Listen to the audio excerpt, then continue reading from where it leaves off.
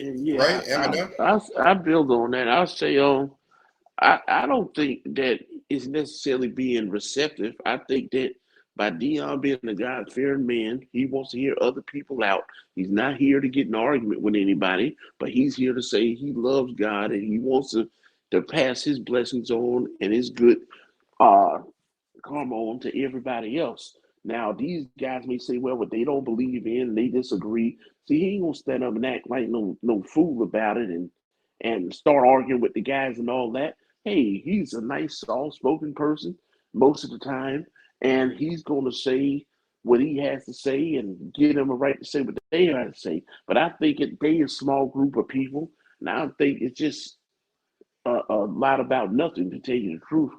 I don't think that you can get away with being an atheist and telling people what they can't say and can't do, because I still believe it's more God fearing people in the world than it is not.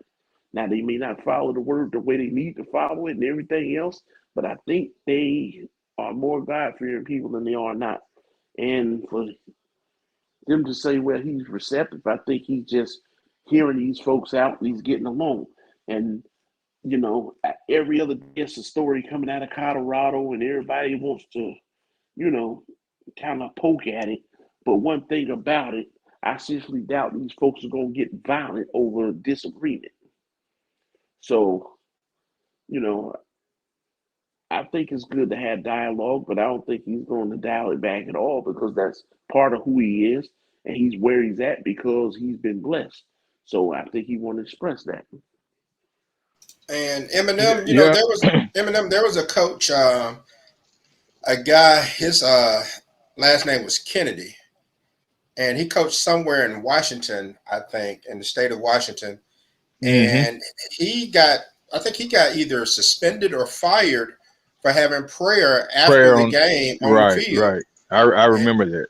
Yeah, and even though they later overturned it, I think back in the summer, saying that what he did wasn't wrong because it was voluntary for those who want to stay out there. But if you're having it in a meeting or something like that, it's not really voluntary. And I do know there's some separation of church and school to some degree. I don't know, the legalities of it, but I mean, I do know that there have been some coaches who have been threatened to lose their job over stuff like this. So, I mean, do you think that if there is something in place that states he can lose his job behind that, is he going to be forced to dial it back? Well, I mean, I think it's like I think that that well, I'm assuming Colorado did their research of him as a coach, so they got to know that you know that's a big part of his coaching style, you know. Uh, and as long as it's not actual, players having a problem or something like that, then I don't think it's gonna really go nowhere. But I don't think the story is going away because one thing about atheists, they are real determined a lot of times, and so as far as the story going away, I think we'll be hearing much more of this kind of stuff. People supposedly offended by something that ain't got nothing to do with them and all that stuff just for a headline. But as far as the University of Colorado, I think he'll be fine as far as that go. As long as the atheist is not, one of the one of the boosters or something like that, then it could be some issues. Well, it says here the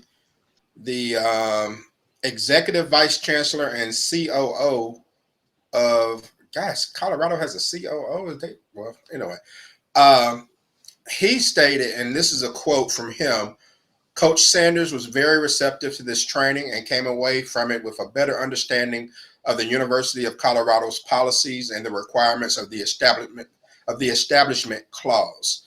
The Office of Institution Equity has also trained the other coaches on the football staff. These trainings will be reinforced through additional events the athletic department's compliance program offers on a regular basis. End quote. So it must be something in the policies that state he can't do that, and the chancellor has chimed in. So ugh, we'll have to see what happens with this. This is nothing I ever even considered when he took the job there. I just figured everybody be happy for him to be there, and They didn't care what he did. But then again, you have this group that's protesting, and if there's a rule in place, then we'll see what happens. Roughing the passer, 15-yard penalty, automatic first down. Roughing the passer, 15-yard penalty, automatic first down.